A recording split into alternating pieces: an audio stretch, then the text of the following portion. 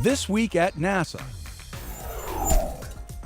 Astronomers using data from NASA's Spitzer Space Telescope have, for the first time, discovered buckyballs in a solid form in space, around a pair of stars 6,500 light-years from Earth.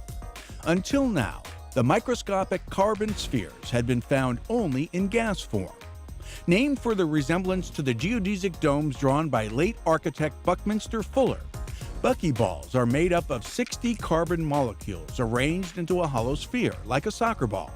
Their unusual structure makes them ideal candidates for electrical and chemical applications on Earth, including superconducting materials, medicines, water purification, and armor.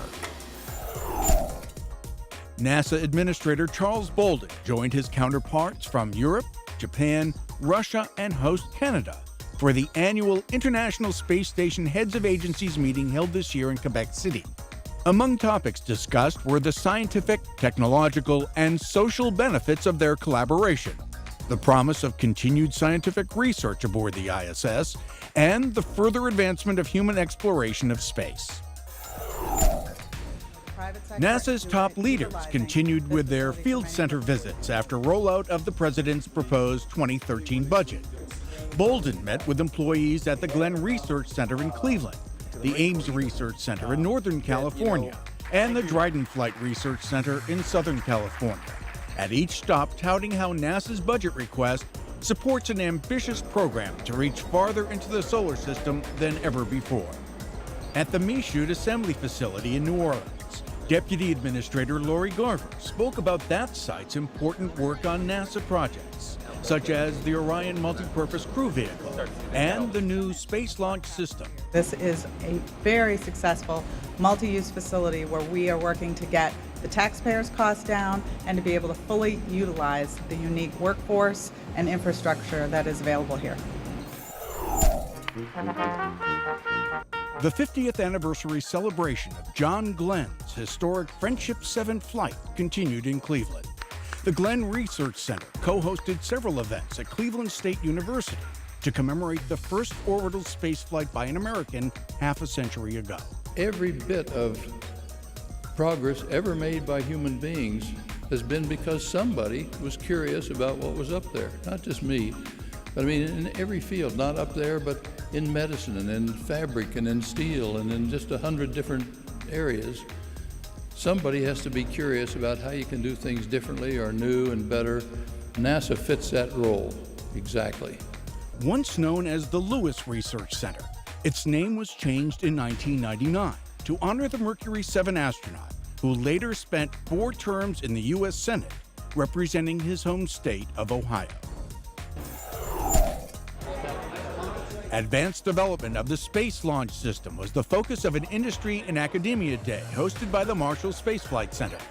Representatives from more than 40 companies and universities learned about NASA's need for innovative proposals in concept development, propulsion, structures, materials, manufacturing and avionics, and software. The Marshall Space Flight Center is leading the agency's design and development of the SLS. An astronaut and a geologist recently spent 3 days camping out on an asteroid, or at least camping out as though they were on an asteroid. In reality, they were inside the newest generation of NASA's Space Exploration Vehicle prototype, parked at the Space Vehicle Mock-Up Facility at NASA's Johnson Space Center. The view out the window was out of this world. We really can't be in deep space. We've never been there before. In order to set up an environment which we can get information about the next missions that we're going to go for, we need to set that up in a digital environment. In an asteroid's microgravity, wheels aren't needed. Instead, the SEV could be used on a propulsive platform that would allow astronauts to fly around an asteroid. And by flying it virtually, or on an air-bearing floor at Johnson Space Center, NASA gathers information on how it might perform in space. We're measuring handling qualities of the vehicle, we're looking at prop usage, we're looking at the viewing out the windows, the kinds of rendezvous tools we need. Of course, there's more to exploring than just driving around, so various methods of simulating spacewalks on an asteroid were also added to the agenda. When you go to an asteroid or any type of near-Earth object, The main driver is going to be science, of course. So most geologists will take a rock chip sample to be able to get a piece of a full story as to what the local geology is telling them about the formation of that location. A similar round of tests, though on a larger scale, will be conducted at Johnson Space Center in the summer as part of the annual RATS, or Research and Technology Studies test. I would just like to thank you for inspiring these kids to be the next generation of explorers. NASA Education Chief and former astronaut Leland Melvin presented Washington, D.C.'s Bruce Monroe Elementary School at Parkview with a tile from a space shuttle's thermal protection system. The TPS tiles help protect the shuttle upon re-entry to Earth's atmosphere. Melvin talked about his experiences in space and the opportunities available to students who pursue the STEM disciplines of science, technology, engineering, and math. The Space Shuttle Tile Program is a NASA education mission to inspire student audiences. Preparations are underway for the transport of Space Shuttle Enterprise to New York City from Virginia. Working at the Smithsonian National Air and Space Museum's Udvar Hazy Center outside Washington, NASA and United Space Alliance technicians installed a tail cone on the retired spacecraft. The tail cone will reduce aerodynamic drag and turbulence when Enterprise is ferried to New York's Kennedy Airport this spring by NASA 905, the agency's remaining shuttle carrier aircraft. Enterprise will eventually reside at the city's Intrepid Sea, Air, and Space Museum.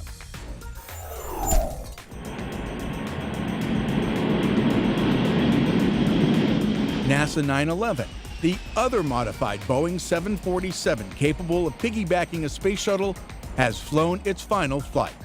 The converted jumbo jet's last mission was a short 20-minute hop from the Dryden Flight Research Center at Edwards Air Force Base to the Dryden Aircraft Operations Facility at Air Force Plant 42 in Palmdale, California.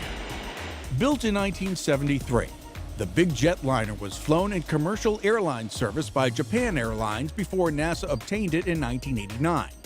After modifications, NASA 911 flew as a shuttle carrier aircraft for the next 21 years, carrying space shuttles 66 times on ferry flights. There was a lot of work that went into the initial design of how to modify the airplane, how to attach it. This goes to show you what American ingenuity can do. Job Shadow Day is really about the student. It's allowing them an open experience in STEM careers firsthand. We have mentors who have volunteered from resources, GIS, test flight directors, engineers. National Groundhog Day was also Job Shadow Day at Wallops Flight Facility. The center invited 8 high school students from the area to visit and get a close-up look at occupations that these students are interested in. The students are able to go in and see exactly what they do on a day-to-day basis, as well as get an inside look at NASA and Wallops Flight Facility. I'm one of the people I like to take the design and then put it into real life, and that's pretty much what people do here. The Wallops Education Office plans to make Job Shadow Day an annual event to coincide with Groundhog Day. Actress and spaceflight activist Nichelle Nichols, who portrayed Lieutenant Uhura in the original Star Trek TV series, inspired an audience of her fans during a recent visit to the Goddard Space Flight Center. Nichols delivered the keynote address at a center celebration of African American history. Following her role in Star Trek, Nichols helped NASA recruit women and minority astronaut candidates. Today, she remains an advocate for the agency and human exploration. My posterity, all our posterity, will benefit from the growth of NASA. So now more than ever, we must support NASA and understand just how important it is to our future. In honor of Women's History Month 2012, a celebration of empowerment and education, NASA recognizes the contributions of women to the cause of space exploration. My name is Jessica Harris, and I work at Space Telescope Science Institute in Baltimore, Maryland. I work with Hubble Space Telescope and the James Webb Space Telescope. I do a lot of outreach to high schools, middle schools. Yours is switching colors. Bring them a lot of hands-on activities, things that they can do that will grasp their attention outside of just a regular, everyday classroom setting. When I went off to school, I decided that, hey, I wanted to do physics. Going through undergrad and going through grad school, I realized that I have more of a passion to share this with other people. I want someone to tell me what a nebula is. I really want to impact students through my lifestyle and being able to be an example towards them. And one of the things I really try to encourage them to do is follow their passion, most importantly. And one of my passions is miming. Miming is a nonverbal dance. It allows me to be more comfortable and just expressive of myself, a more complete whole person. I'm so glad that I can work at Space Telescope Science Institute. I really enjoy the job that I have here and the impact that we have on students. 40 years ago, on March 2nd, 1972, Pioneer 10 launched on what would prove to be a mission lasting more than 3 decades. Pioneer 10 was the first spacecraft to travel through the asteroid belt and the first spacecraft to make direct observations and obtain close-up images of Jupiter and its moons. This historic event marked humans' first approach to the gas giant and opened the way for exploration of the outer solar system by future spacecraft like Voyager, Ulysses, Galileo, and Cassini. After more than 8 billion miles traveled in more than 30 years, Pioneer 10 sent its last signal to Earth on January 23, 2003. And that's This Week at NASA. For more on these and other stories, or to follow us on Facebook, Twitter, and other social media, log on to www.nasa.gov.